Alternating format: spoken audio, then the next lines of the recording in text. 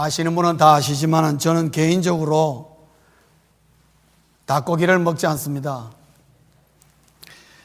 닭고기가 미워서 그런 게 아니라 저는 중학교 다닐 때에 닭고기를 먹다가 체해가지고 거의 죽다가 살아났습니다. 그래서 그 이후로 수십 년이 지난 지금까지도 저는 닭고기만 보면은 자꾸만 그때 생각이 나고 괜히 속이 울렁하고 닭고기 냄새만 맡아도 아주 싫습니다. 그래서 틀림없이 저는 내년에도 닭고기 안 먹을 겁니다. 즉 과거의 경험이 내일을 사는 데에 이렇게 영향을 줄 수 있다는 거죠. 과거의 경험을, 과거의 기억을 우리가 잊고 사는 것도 참 많지만, 그러나 과거의 기억과 과거의 경험을 잊지 않음으로 말미암아 내일에 큰 영향이나 혹은 작은 영향이나 끼치며 살고, 그것이 내일을 향한 디딤돌이 되기도 한다는 것입니다. 여러분, 중요한 것은 과거의 기억이 내일의 디딤돌인데 그 기억이 뭐냐가 굉장히 중요하죠. 안 좋은 것이면은 계속 안 좋은 것으로 이끌어가게 되는 것입니다. 저 같은 경우는 닭고기에 대한 기억은 별로 안 좋은 것입니다, 사실은. 남들 닭고기 맛있게 먹는 거 보면은 그게 전혀 저한테는 구미가 안 당기고 먹고 싶다는 생각이 전혀 안 든단 말이죠. 이상한 거죠, 사실은요. 저는 돼지고기도 그렇습니다. 그래서 과거의 이 기억이 어떤 기억이 남느냐에 따라서 내일에 큰 영향을 줄 수 있다는 거죠. 사랑하는 성도님 여러분, 2013년도 거의 다 지나갔습니다. 이제 며칠 남지 않았습니다. 2013년도는 이제 우리에게는 과거로 지나갑니다. 여러분, 과거 1년 2013년 한 해 동안에 여러분의 삶을 통해서 무엇이 남을 것 같습니까? 그리고 무엇이 2014년도에 영향을 미칠 것 같습니까? 무엇이 디딤돌이 될 것 같느냐 말이죠. 아무것도 없습니까? 어쩌면 다행이기도 하고 어쩌면 불행이기도 한 것입니다. 오늘 모세는 광야 40년의 생활을 끝내고 이제 가나안으로 들어갈 준비가 되어 있는 가나안 2세들에게, 광야 2세대들에게 너희들은 지난 40년 광야에서가 우리가 어떻게 살았는가 하는 것을 꼭 기억해야 된다. 그리고 그것이 앞으로 너희들 가나안 삶에 지대한 디딤돌과 영향이 될 것이다. 신신당부합니다. 그 메시지를 모아놓은 것이 바로 신명기죠. 그리고 그 가운데 신명기 8장, 우리가 읽은 이 8장이 굉장히 핵심적인 내용이라고 그렇게 볼 수가 있겠습니다. 즉, 그 말은 무슨 말인가 하면, 오늘 우리가 이 말씀을 받을 때에 그리스도인은, 성도는 과거를 기억해야 한다. 그리스도인은 과거를 기억해야 된다. 뭐를 기억해야 되느냐? 성도가 한 해를 마감하고 새로운 한 해를 열면서 지나간 과거에 무엇을 기억해야만 되느냐? 절대로 잊으면 안 되는 것이 무엇이냐? 모세는 오늘 신명기 8장 1절에서 3절을 통해서 이스라엘 백성들에게 뿐만 아니라 오늘 우리에게도 동일한 메시지를 전해주는 것입니다. 성도가 꼭 기억해야 할 과거 세 가지가 있다는 거죠. 과거를 통해서 이것을 배우지 못한 것은 잘못된 것이요, 배웠다면 이것을 디딤돌로 삼아서 내일의 교훈으로 삼고 내일 이 일을, 잘못된 것을 반복하지 말라는 그런 교훈의 의미로 이 말씀을 우리에게 전해주는 것입니다. 그 가운데 첫째는, 성도는 하나님을 믿어야 한다. 너무 쉽습니까? 성도는 하나님을 믿어야 한다. 이스라엘 백성들은 광야 40년 살면서 가장 힘들고 힘들었던 것이 뭔 줄 아십니까? 하나님을 믿는 거였습니다, 여러분. 하나님을 믿는 거였어요. 그들이 출애굽했습니다. 모세의 인도하에.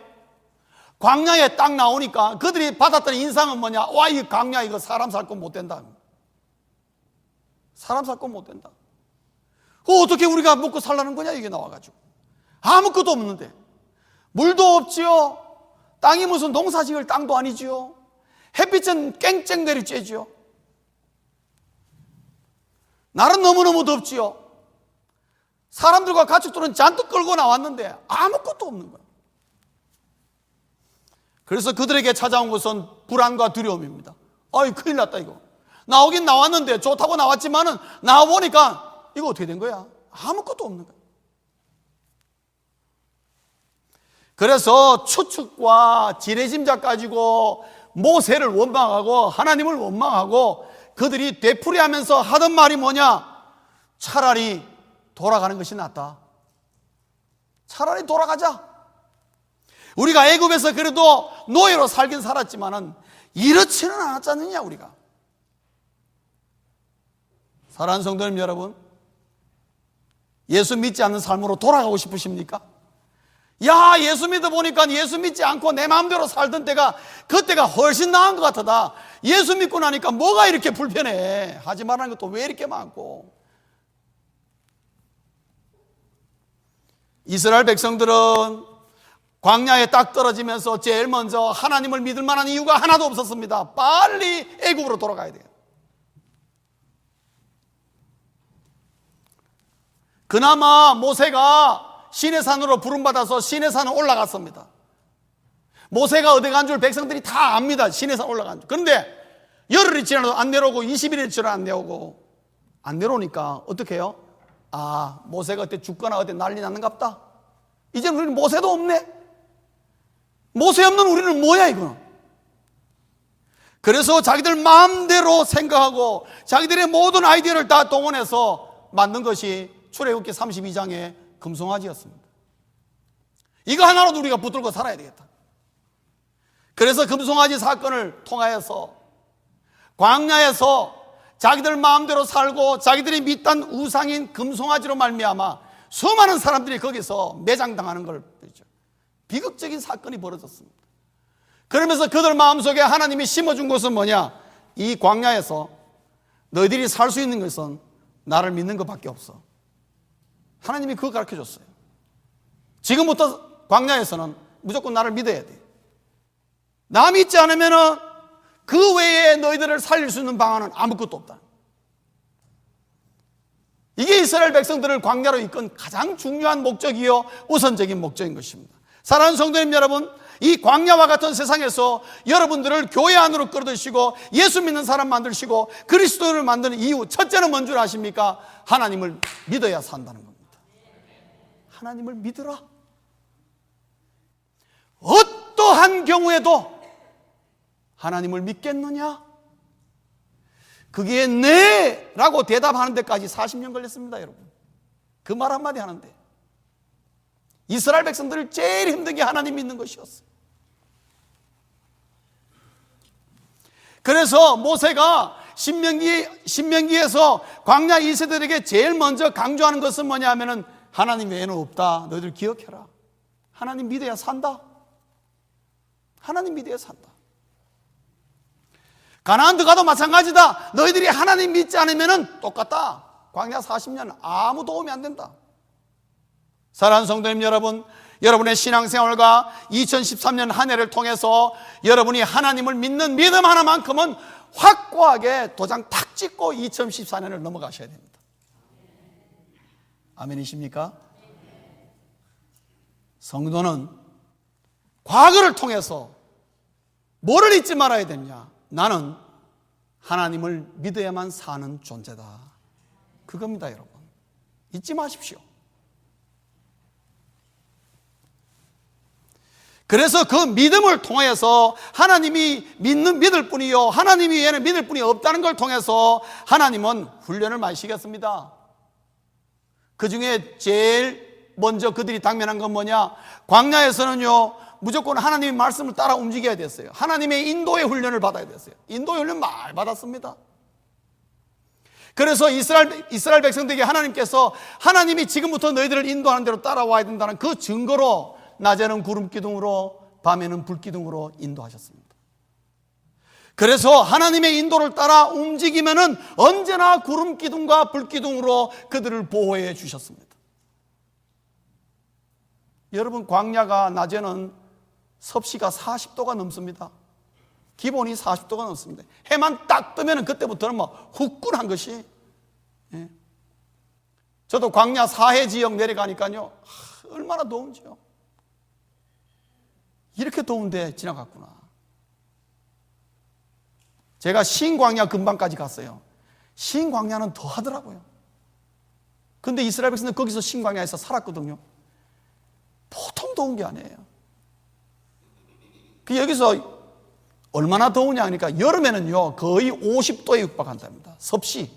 사람이 살 동네가 아니라 거기는 살아야 될 곳이 아니에요. 그런데 거기서 낮에 구름 기둥 없으면 어떻게 해요? 타 죽죠. 애들 다 죽죠. 병들어 죽죠. 그래서 50도가 되고 얼마나 날이 덥고 섭씨가 40도가 넘어도, 그러나 희한한 것은 드라이하기 때문에요, 구름 안에만 들어가면 시원한 거예요. 여러분, 캘리포니아 날씨가 왜 좋은 줄 아십니까? 건조해가지고 여름에 더워도 어디만 들어가면 돼요? 그늘 밑에만 들어가면 일단은 한숨 돌리는 거예요. 그게 건조한 기후에서 사는 좋은 이유가 거기 있습니다. 습한 지역은 그렇지 않습니다. 그늘 속에 들어가도 쩍쩍거려서 못 삽니다. 그러나 드라이하고 건조한 사막 기후에서는 구름 기둥만 있으면 그 속에만 들어가면 일단 10도는 뚝 떨어지는 것입니다, 여러분. 그래서 여러분, 광야에 살면서 이스라엘 백성들은 낮에는 구름 기둥과 밤에는 불 기둥을 통해서 우리는 하나님의 인도를 받는 사람들이요, 하나님의 인도를 받아야 되는 것이요, 하나님의 인도를 쭉 따라가야 되는구나. 그래서 내 마음과 내 생각대로 움직이는 것이 아니라 하나님의 생각과 하나님의 말씀 따라 움직여야 내가 살 수 있구나, 이 광야에서. 그러면 하나님의 인도를 받다 보니까 자연스럽게 뭐가 늘어나죠? 하나님을 향한 신뢰와 믿음이 자라게 되어 있는 것입니다. 그래서 내 믿음은 하나님의 인도를 받아봐야 내 믿음이 어느 정도인지를 압니다. 여러분, 광야에서 이스라엘 백성들이 내 마음과 내 생각대로 살겠다고 밖으로 뛰쳐나가면요, 그때부터는 죽을 고생하는 것입니다. 사랑하는 성도님 여러분, 하나님의 백성이 하나님의 울타리를 벗어나면 그때부터는 이리 앞에 있는 양과 같은 것입니다. 순식간에 세상에 잡혀들어가는 것입니다. 인도의 훈련입니다. 또 하나는 하나님께서 하나님을 믿어야 한다는 것을 가르치기 위해서 연단의 훈련을 시켰습니다. 더위와 추위. 그래서 여러분, 이스라엘은 낮에는 더워가지고 반팔로 다니지만은 저녁만 해만 딱 떨어지면 그때부터 긴팔 입어야 됩니다, 여러분. 기온이 뚝 떨어집니다, 여러분. 그래서 거기는 사막 기온인데 여러분, 낮에는 100도가 넘어가지만은 화시로 저녁이 되면요 40도 이하로 떨어집니다, 여러분. 굉장히 춥습니다. 그래서 더위와 추위의 극이 굉장히 큽니다. 그 가운데서 여러분 배고프지요. 그 가운데서 물이 없으니까 갈증이 늘 나지요. 맹수의 위협이 있지요. 적들의 공격이 있지요. 자기들이 광야에 살면서 하나님이 만나주시고 매출하게 주시며 가만히 지내도록 하나님이 남겨두지 않았습니다. 계속 뭔가 하나님께서 환난을 주시는 거예요. 고난을 주시고, 그들은 그걸 통해서 계속 연단을 받으면서 그들이 뭐를 배우게 되느냐? 우리가 이러한 더위와 추위, 배고픔과 갈증, 맹수와 원수들의 이 공격과 위협으로부터 우리가 살아남기 위해서는 하나님 중심으로 연합하지는 안 되는구나. 이스라엘 백성들 40년 동안 그 훈련했습니다, 여러분. 하나 되는 훈련, 하나님 중심으로 뭉치는 훈련을 했습니다. 출애굽기 17장에 보면은 이스라엘 백성들이 처음으로 그걸 경험합니다. 아말렉과의 전쟁이 붙죠. 아말렉은 거기 사는 사람들입니다. 근데 그 길을 지나가야 되는데 아말렉이 못 지나간다고 딱 못을 박았어요. 저도 가보니까 거기 지나가야만 돼요. 안 지나가면은 더 멀리 돌아야 되고 사막 지역을 지나는데 정말 너무너무 춥죠. 그리고 아말렉 족속에 있는 곳에는요, 거기는 종려나무가 많아요. 그 말은 뭐냐면 물이 있다 이 말이에요. 물이 있다. 오아시스가 있어요. 그런데 거기에 딱 버티고 있는 거예요. 계곡과 계곡 사이에. 어쩔 수 없이 치러야 될 전쟁인데, 여러분 광야에 출애굽한 노예 살다가 나온 팀들이 무슨 전쟁 경험이 있겠습니까? 전쟁의 노하우를 뭐 알겠습니까? 그런데요, 아말렉을 물리쳤습니다. 아말렉을 물리쳤습니다. 어떻게 물리쳤느냐? 그저 여호수아가 이끄는 대로 앞으로 할 때 앞으로 무조건 나갔어요. 그런데 모세가 그 위에 산에서 손을 들면은 어떻게 해요? 이스라엘 백성들이 이기고 손이 내려오면 지는 것입니다. 그래서 아론과 훌이 올라가가지고 이 모세의 팔을 바짝 붙잡았습니다. 붙잡아서 어떻게 해요? 이겼어요. 고압지졸들이 정예 부대와 싸워서 완전히 승리한 것입니다. 그때 이스라엘 백성들이 배운 건 뭐냐? 와, 아무리 힘들고 어려운 곳이 와서 하나님 중심으로 우리가 하나 되면은 뭐든지 우리가 다 이길 수 있구나. 그때 그들이 배운 것입니다. 광야에서. 그래서 믿음의 훈련과 인도와 연단의 이런 과정들과 훈련을 통해서 하나님은 계속 이스라엘 백성들에게 뭐를 가르치느냐? 너희들이 광야에서 하나님만 믿어야 한다. 하나님 이외에는 믿을 것이 없다. 하나님이 믿어야 산다. 인이 박이도록 마음에 가슴에 새겨지도록 하나님이 모세를 통해서 여러 가지 사건을 통해서 거듭 강조한 것은 뭐냐? 성도는 하나님을 믿어야 한다. 2014년 한 해 동안에 여러분의 삶의 여러 과정을 통해서 살아보니까 하나님을 믿어야 살겠구나, 그런 생각이 드셨다면 2013년 잘 사신 것입니다. 여러분, 2014년 살아보니까 하나님 믿어도 뭐 별거 없더라, 그렇다면요, 회개하시고 다시 마음을 다잡으시길 바랍니다. 하나님이 나를 위하여 아무것도 아닌 것처럼 보이지만, 그래서 세상을 바라보면요, 세상을 믿는 그 순간부터 죽을 고생이 기다리고 있는 것입니다. 사랑하는 성도님 여러분, 성도는 광야에서 믿음으로 사는 법을 배워야 하는 것입니다. 하나님을 믿는 믿음으로 사는 법을 배워야 하는 것입니다.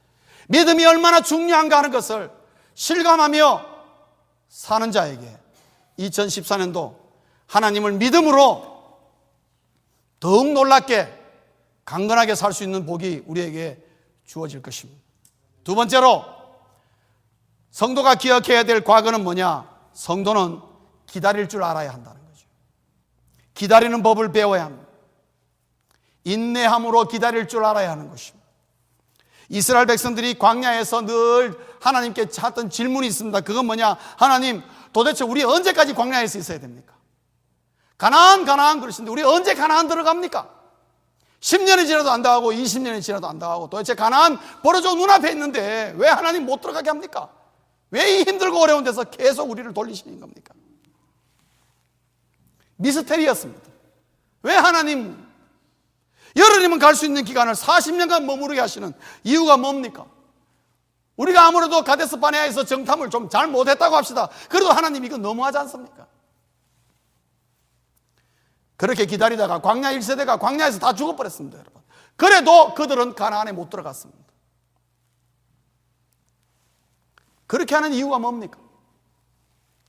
하나님의 의도는요, 하나님의 사람이 하나님의 시계를 알아서 하나님의 때를 기다릴 줄 모르면 하나님의 일을 못한다는 것입니다. 그 말은 무슨 말이냐? 성도는요, 하나님의 시계에 내 삶을 맞출 줄 알아야 돼요. 그러면 어떻게 해요? 기다리게 되는 것입니다. 이스라엘 백성들은 하나님의 시계가 어떤지 몰랐어요. 그들을 바람 광야에 딱 나오니까 물이 하나도 없었습니다. 목마르기 시작합니다.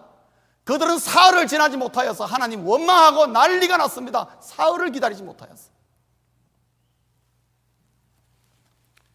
그래서 마라에서 하나님께서 마라의 쓴물을 단물로 바꿔서 물을 공급하니까 원망이 사라졌습니다. 그런 일들이 수도 없이 반복되었습니다. 그 반복되는 과정을 보면요, 이스라엘 백성들이 기다리질 못하는 거예요. 기다리질 못해요. 조금만 이러면 하나님 왜 이러시란 말이에요. 기다리지 못해요. 광야 40년 동안에 하나님은 이스라엘 백성들에게 뭐를 훈련시켰느냐? 너희들은 기다릴 줄 알아야 된다. 그래서 너희들의 타임 스케줄, 너희들의 생각, 너희들이 생각하는 그때 다 내려놓아라. 너희들은 지금부터 하나님의 시간과 하나님의 때와 하나님의 스케줄에 따라서 움직이는 거다. 철저하게 깨닫게 했습니다. 그래서 사랑하는 성도님 여러분, 성도는요, 어떤 경우에도 하나님이 어떤 말씀과 어떤 하나님의 때가 어떤지를 하나님의 시계를 보면서 기다릴 줄 알아야 됩니다. 사랑하는 성도님 여러분, 지금도 기다리고 계십니까? 기다리는 거 배우십시오. 지난 한 해 동안에 잠시 기다리지 못하여서 하나님 원망했습니까? 하나님 불평했습니까? 이스라엘 백성들은 40년간 기다렸습니다. 여러분 모세 아시죠? 모세가 나이 40대에 광야로 쫓겨났습니다. 여러분 모세가 나이 40이면은요, 때에 모세의 여러분 스펙을 보면요, 대단한 사람이었습니다. 왕궁에서 자랐죠. 최고의 교육을 받았죠. 모든 지도자로서, 이스라엘 백성을 이끌 지도자로서의 필요한 모든 교육과 모든 품격을 다 갖췄습니다. 모세가. 우리 눈으로 볼 때에는 이제 나이 40 되었으니까 딱 좋다. 이제는 드디어 하나님께서 그때에 모세를 들어서 이스라엘 백성들을 출애굽을 시키면 기가 막힌 때다. 우리 생각은 그렇습니다. 왜? 모세가 배울 거 다 배웠고 갖출 거 다 갖췄고, 세상적으로나 어디로 볼 때에 전혀 왕으로서나 지도자로서의 문제가 없는 사람, 완벽한 사람이었어요. 그런데 하나님은요, 노, 40년간 더 기다리겠습니다. 광야에서 기약 없는 세월 40년을 기다렸습니다. 우리 눈으로 볼 때는 아우, 나이 80에 뭐 한다는 얘기야. 저는 우리 권사님들 보고도 신년 되면은 뭐 좀 사에게 좀 하십시오. 우리 권사님들 열이면 열 똑같이 나와. 목사님, 제가 이 나이에 제가 뭘 하겠어요. 그래서 모세는 80부터 시작했어요. 80부터. 하나님의 일은 언제 시작하느냐가 중요한 게 아니에요. 언제 끝나느냐가 중요한 게 아니에요. 어떻게 하느냐가 중요한 것입니다. 여러분, 우리가 볼 때는 우리의 시계는, 모세의 나이는 40이면 충분해요. 이제 나가서 뭔가 민족을 위해서 뭔가 큰 일을 할 순간이에요. 그러나 하나님은 스탑! 그때 아무것도 시키지 않고 40년을 더 순전히 기다림의 세월을 요구했습니다.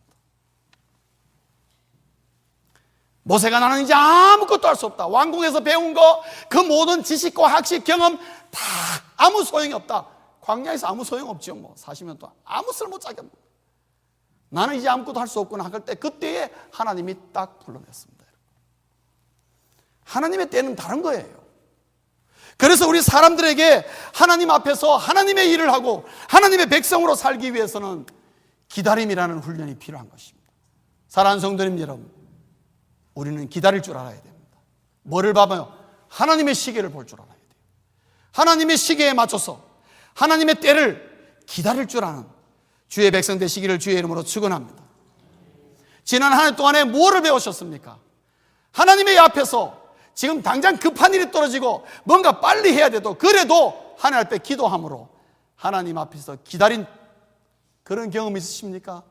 너무나 좋은 경험입니다. 그런 경험이 잊지 마십시오. 2014년도에 더 잘 기다릴 수 있는 디딤돌로 삼으시기 바랍니다. 바울이 여러분 예수님을 만나서 다메섹 도상에서 예수님을 만나서 완전히 뒤집어졌죠. 그때 바울은 나이가 젊었습니다. 30대였습니다 여러분. 그리고 학문적으로나 사회적으로나 신분적으로나 너무나 탁월한 사람이었습니다. 똑똑한 사람이었습니다. 하나님이 바로 들었어도 학문적으로나 뭐나 볼 때 언변적으로나 아무 문제가 없습니다. 그런데요, 하나님께서 바울을 바로 안 썼습니다. 바울을 광야로 내보내가지고 광야에서 기약 없는 13년의 세월을 보냈습니다. 그러고 난 다음에 하나님께서 바울을 불러 올렸습니다 여러분. 왜냐? 바울이 사울로서 볼 때에 나이도 젊고 정력적으로 주를 위하여 정말 물불 안 버리고 일할 수 있는 나이지만은, 그러나 영적인 내공이 없어요. 13년 동안 광야에 살면서 자기도 모르는 영적인 내공이 생긴 것입니다. 돌아온 바울은요, 놀라웠습니다, 여러분. 상상을 초월한 일들을 감당했습니다. 그 당시 남들은 아무것도 보지 못하는 건데 바울은 이미 로마뿐만 아니라 스페인까지 보고 있었습니다. 얼마나 안목이 탁월했는지요. 어디서 그런 안목이 나왔는지 알 수가 없어요. 그거는 왜 그러느냐? 바울의 눈에 보이지 않는 기다림이 있었기 때문이다. 그래서 영적으로 자기를 키우고, 그 다음에 믿음의 그릇도 키우고, 기다림을 통해서 성결의 희생을 배우고, 내가 하나님 앞에 거룩한 자가 되기 위해서는 자기 희생이 없으면 안 된다는 걸 배워야 돼요. 뭐를 통해서? 기다림을 통해서. 여러분, 성도는 하나님의 말씀을 믿는 것뿐만 아니라 하나님의 시간을 보고 하나님을 기다릴 줄 알아야 되는 것입니다. 사랑하는 성도님 여러분, 하나님을 기다리는 가운데에 나도 모르게 하나님의 놀라운 일들이 내 삶에서 펼쳐지시기를 주의 이름으로 축원합니다. 2014년도에는 좀 그런 일들이 우리의 삶 속에 많이 일어나기를 다시 한번 축원합니다. 그러기 위해서는 기다릴 줄 알아요. 세 번째로, 모세는 이스라엘 백성들에게 잊지 말아야 될 과거로, 성도는 떡 앞에서도 말씀을 선택해야 한다. 이 말 한마디였습니다. 떡 앞에서도 말씀을 선택해야 한다. 하나님은요, 내가 하나님을 믿습니다. 또 하나님의 때를 기다립니다. 이 믿음과 기다림을 수없이 고백하며 그럴 수 있겠느냐? 예, 그럴 수 있겠습니다 할 때마다 하나님은 시험으로 이스라엘 백성들 앞에 딱 내어놓는 시험이 뭐였느냐? 떡이냐 말씀이냐, 둘 중에 하나 선택하라, 딱 그랬습니다. 항상 하나님은 양자택일을 요구할 때가 많습니다. 성도님 여러분, 여러분 떡입니까 말씀입니까?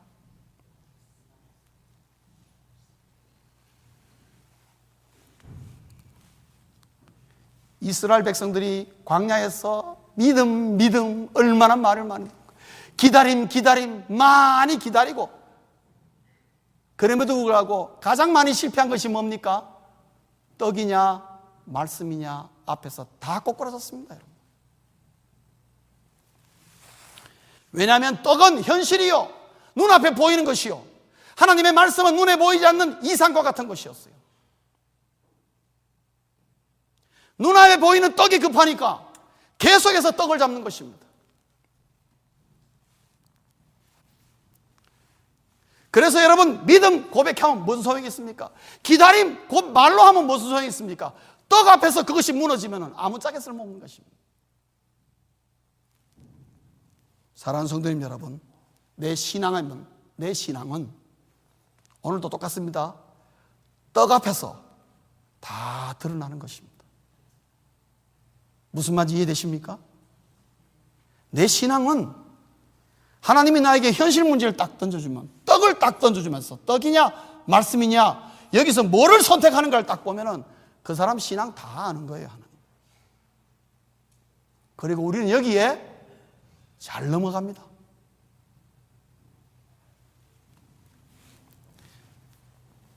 성경을 아무리 많이 알고 기도를 아무리 많이 하고 믿습니다 아무리 고백을 하고 주를 위하여 내가 기다리고 참고 기다리겠습니다 아무리 얘기해도 떡이냐 말씀이냐 놓고 하나님께서 그래 둘 중에 하나 선택해봐 할 때 떡을 붙잡는 한 하나님을 향한 내 마음은 가짜인 것입니다, 여러분. 이걸 우리가 알아야 됩니다. 내 신앙 자랑할 거 하나 없습니다, 여러분. 떡과 한 말씀 앞에서 내가 떡을 붙잡는 한 내 신앙은 자랑할 거 하나 없습니다, 여러분. 무슨 말인지 아십니까? 이스라엘 백성들이 이거 깨닫는데 세월이 많이 걸렸어요. 그래서 40년이 필요한 것이었어요.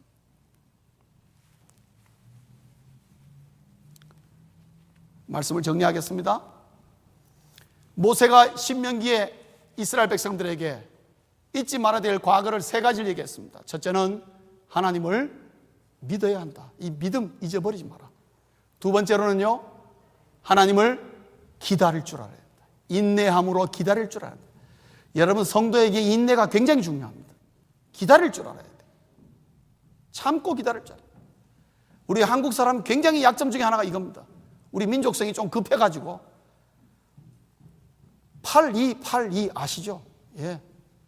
모든 국번에 8282는 전부 다 한국 사람이에요. 그 다음에 8888 전부 한국 사람들이 이 번호 다 갖고 있습니다. 얼마나 우리가 팔자를 좋아하는지. 우리 민족성에 우리는 기다릴 줄 몰라요. 기다릴 줄 몰라요. 그 다음에 세 번째로는 떡보다 말씀인 것입니다. 떡보다 말씀을 귀한 줄 뼈저리게 알아야 돼요. 떡과 말씀이 딱 올 때 나도 모르게 떡에 대해서 거부반응을 일으키고 말씀을 붙잡을 수 있는 나도 모르는 자동 반응이 나올 정도로 우리 몸에 딱 빼야 됩니다. 예, 제가 닭고기 앞에서 반응 보이는 것처럼 제가 반응 보이는 게 아니라 제 마음이 몸이 반응을 딱 보여요. 벌써. 그거 왜 그러느냐? 내 뼈속에 사무쳐서 그런 것입니다. 이 세 가지를 딱 묶으면요, 모세가 하는 말씀은 한마디로 정리할 수 있습니다. 이 세 가지를 묶었을 때에 결론적으로 성도는 하나님 안에 있어야 한다는 것이요. 성도는 하나님 안에 있어야 합니다. 하나님 안에 있는다는 것은 뭐냐? 하나님을 믿는다는 것이요, 하나님을 기다리고 떡보다 말씀을 선택할 줄 아는 이러한 신앙의 자세가 갖춘 자는 언제나 어디 가든지 하나님 안에 머무르게 되어 있다는 것입니다.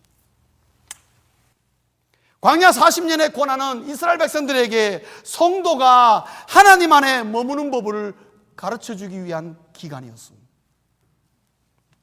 오늘 신명기 8장을 통해서 모세가 바라는 바는 뭐냐? 이스라엘이 광야에서 40년 동안 뼈저리게 느꼈던 여러 가지 이런 모든 것들을 가나안에서 되풀이하지 말기를 원하는 것입니다.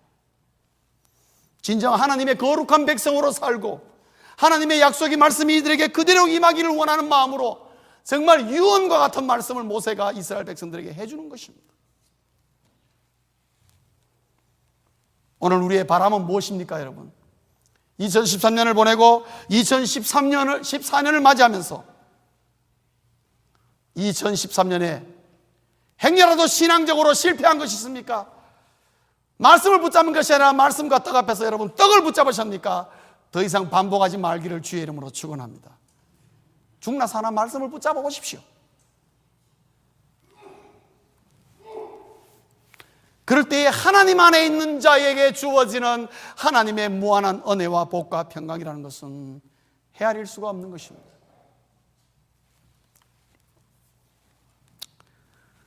저는 비행기 탈 때마다 늘 느끼는 것은 이 큰 비행기가 어떻게 이렇게 사뿐하게 뜨냐.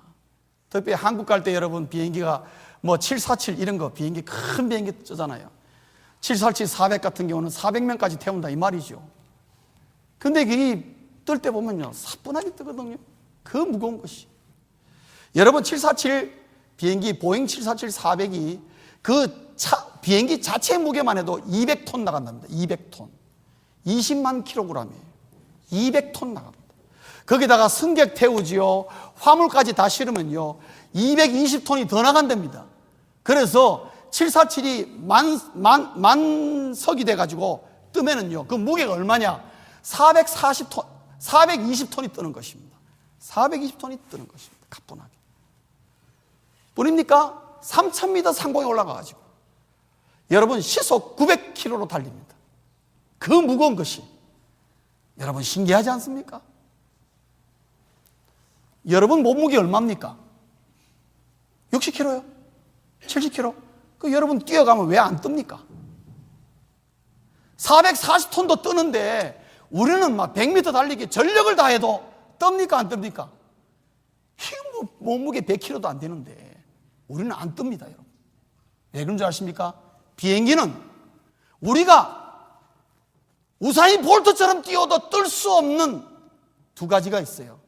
비행기만 가지고 있는 두 가지가 있어요. 그게 뭐냐? 추진력과 양력이라는 것입니다.